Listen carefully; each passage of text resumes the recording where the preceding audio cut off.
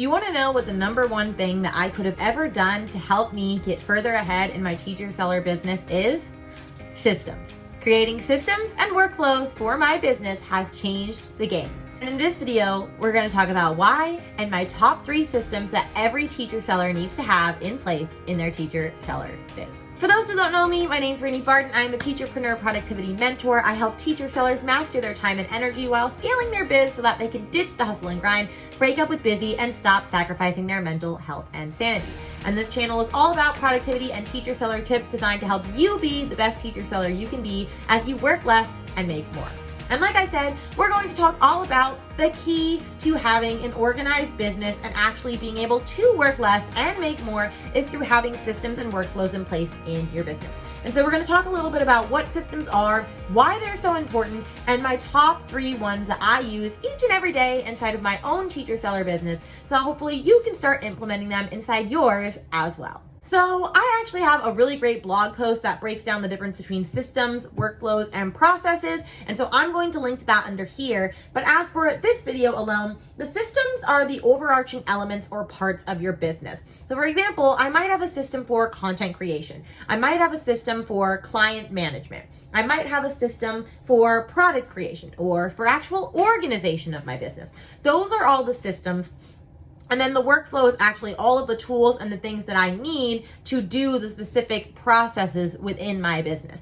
So a process for blog post creation, I would have step by step, and then the workflow would be how I do each thing, what tools do I use for each thing, and how do I put it all together to create a step-by-step process using X, Y, and Z. And so there's a bunch of reasons why having systems is so crucial to actually having not only a teacher seller biz, but any seller business that you have, whether you're an entrepreneur, whether you're a mindset coach, a money coach, or any of these things, although I'm specifically talking to my teacher seller friends, but they help to keep your business organized. Like I said, I used to be a hot mess express, having all of my stuff all over the place, and I had no idea where anything was organized or stored until I finally actually created systems for my business, which was a great decision. It helps save you time and energy as you're not wasting time having to find all of the different things in your business. You're not wasting time when you sit down to, for example, create a Facebook ad and you forget how to do it. You have a system and a workflow for it and you already have it mapped out. You don't have to waste any time when you go to create another Facebook ad. They create consistency in your business. That is how I've been able to create consistency in my content strategy. I have hardly really missed any days in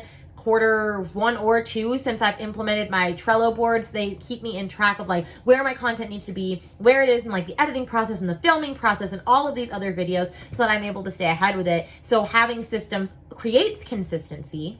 It also makes the hiring process a lot easier. So for example, if I wanted to hire somebody to help take over my content creation, since I already have the workflows in place, all I have to do is film me using the exact same workflow, like film myself doing it, explaining along the way what I'm doing, pass that over to my VA, and then I've trained them instantly without me having to spend time going, oh, how do I actually do that thing? Or how do I do this? And how do I explain it to this person? I give them the video and they're on their merry way. I would recommend doing that before you even have a VA. And of course, systems can be tailored to fit your needs and schedules. So what works well for me might not work well for you, and that is okay because at the end of the day, the system is tailored to fit your business. You can tweak and adjust as needed. Your system is going to change and move with you the more skilled you get in your business and the more things that you add on to your business. So it's really great just to be able to have a system that's flexible and that can move and work forward with you.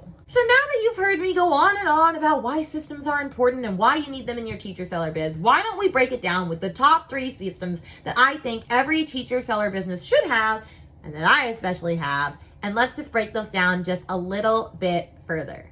So system number 1 is organization. And what I mean by that is, how do you organize your files? How do you organize your documents? How do you organize your projects? Do you use a project management system? Do you have a file naming system? What do you do to organize your business? And so I'm going to really briefly give you a sneak peek behind the scenes of what I'm talking about, and then you can start to get ideas on how you can create an organization system for your business. Okay. Now, I'm just going to say I'm not perfect. I take once a month to take documents and actually put them into their respective folders, so that's why you see that. But other than that, this is pretty good. So I also have not organized. I just moved a bunch of my stuff over to my new Google Drive for the Timely Teacherpreneur, and so I don't have that Google Drive organized yet. So I figured I'd show you how I organized my old business that I had for mompreneurs. because it's the same way. So an organizational system would be, I have this all divided by like growth, fulfillment, and operations. And then each one even has like the name of the folder. So it was growth for GR, and then it's other things. So I have like hashtags, for example, and then I have HA for hashtag banks. And then over here, we could go into lead generation, and I have content ideas, Facebook groups, lead trackers, market research, free content. So let's go into content ideas. Actually, no, that's not a good one. Let's do free content. And then this was my podcast that I used to have, 2020. And then I have the ads, the artwork, the completed episodes, and all of the things within it. And so it's all organized. I've literally gave labels to all of the documents so that if I'm searching for something, like let's say I'm searching for a podcast script, or maybe I'm looking for my workflow for it, I can just type that in and find it automatically. So you need to first title all of your documents up here, take the time to do that, and then actually provide them with folders. And then if you want to be extra and you want to color code like I did, then all power to you, but it's the same thing among all of these. So definitely do that for your business. And then organize your folders on your desktop as well. Now, I made all of these a while ago, and I haven't made any for the new folders I've made since then. But within my organization for my business, it's all organized. So if you go to finished products, these are all of my products that I have made, and they each have their own folder. And then I have a folder for the preview, for the product, for the thumbnails, and then the actual files down below, so that everything is in one easy place. And if I need to edit the preview for a document or for a product, I can easily pull it up, and the preview is right there and for me to fix. So I spent all of that time doing that. It's the same thing for my products in progress. I have folders with all the stuff that I've started so that I can easily get to work on it. Like this Arctic virtual field trip that I was inspired by, and that is all I have done. Is by the clip art and stuff. But if you look, I also have a lot of products that need to be finished and more down there. Anyway, that's how I do it. I also organize my clip art. So I have folders for each of the different clip arts that I have. Like this is colorful candy. And so that was for my Willy Wonka one that I did. I also organize my blog. I have my blog design images from when I got personally branded. I have that in a folder. I have blog post images that I've created. And then I have stock images, and they're organized by different folders. So this one is stuff to use for my digital planners, whereas this one is a Coral Crush themed one from this one that I've used before, which this is beautiful. I need to use that in something. But those are ways that you can organize your files and your documents in there. And then, of course, having, your project management system to organize everything as well. Like, for example, this is my YouTube strategy, which is what I'm actually batch filming right now. You can easily see what videos need to be outlined, what videos need to be filmed, what videos need to be edited, which I'm actually filming this one right now, top teacher seller systems to have. And I've already filmed these 4 today. So I'm going to be filming at least 7 by the end of this day. So yeah, that's just what I mean when you should have an organizational system structure for your business. You should know how the organizational side of it's going to be, like where all of your files are going to be stored, how you're going to do it, do you have a naming system for your files, all of that sort of stuff. All right, so we've talked about having an organization system. The second system that you need to have in your business is a content creation system, as consistency with content is the key. So if you have an actual system for how you're going to create content for your platform in order to sell your products and promote your services and all of the things, then you'll have a much easier time making sales when you're not having to worry as much about creating content. So making sure that you're including long form content in your strategy, which if you don't know what long form content is, it's just longer content. I actually have a really great video on whether you should start a podcast, a YouTube, or a blog. So definitely be sure to check that video out. I'll link it up here and down below, definitely in case.